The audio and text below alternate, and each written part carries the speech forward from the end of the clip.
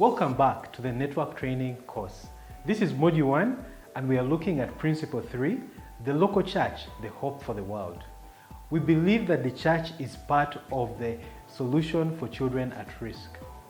To do this, we need to do two things. Support the local saints is the first of them. Viva has always had a heart to walk alongside the amazing saints who have responded to God's call to reach out to vulnerable children in their community, whatever the cost. These include often visionaries responding sacrificially to the injustices they see on their doorsteps, with courage and tenacity, often with very few resources and very little support from the local church or elsewhere. However, many burn out from the intensity and the emotional strain, and this is why they need someone to walk alongside them. The second thing is to strengthen the local church. In many places, the church is ignored or seen as irrelevant, and yet, when the individual efforts are put together, the church is usually the biggest provider of care for children in the city, and it's also the largest civil society grouping of all. Viva has a heart to empower the local church to be the force for change that it is meant to be, to have a greater impact in the lives of vulnerable children in their community, to work together to impact the wider city. The local body of believers is God's plan A for reaching vulnerable children. The local church is God's heart, God's ears, His eyes and hands. The local church is the hope of the world. We believe that the church is the only God-anointed agency in society that stewards the transforming message of the love of Christ.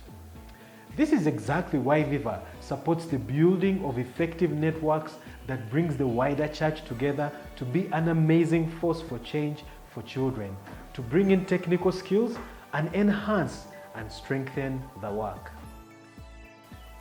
Why is the local church so important as a vehicle for change?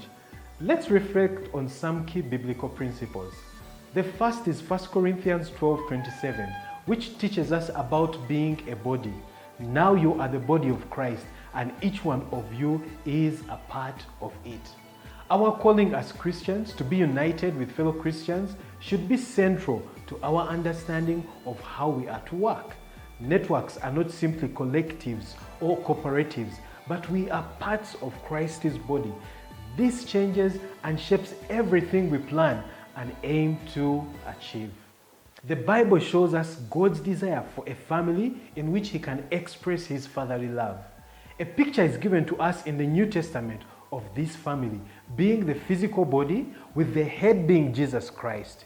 Every part of the body needs all of the other parts in order to be useful. This is what we aim for within our networks.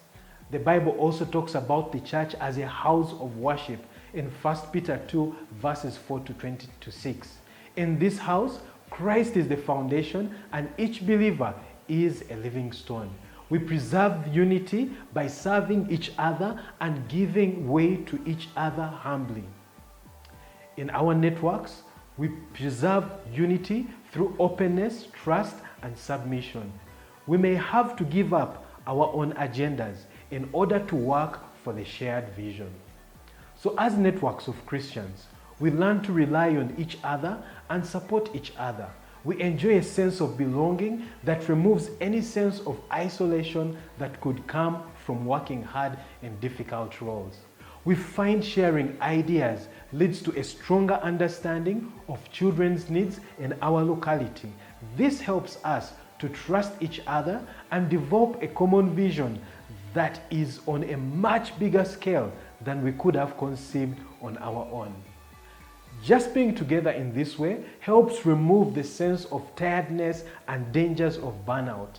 Our networks are there to help us face the greater challenges together because in the body, Christ is our strength and security.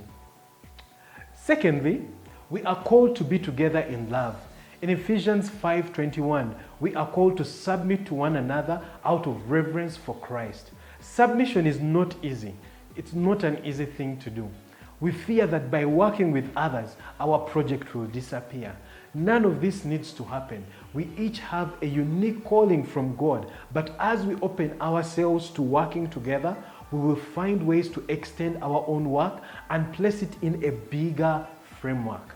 Philippians 2:3 tells us, "Do nothing out of selfish ambition or vain conceit, but in humility consider others better than yourselves." In this way, we will lay aside our individual goals and priorities.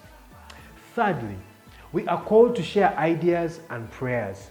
Through coming together, we have the advantage of being of one mind while Christ is the head of the body.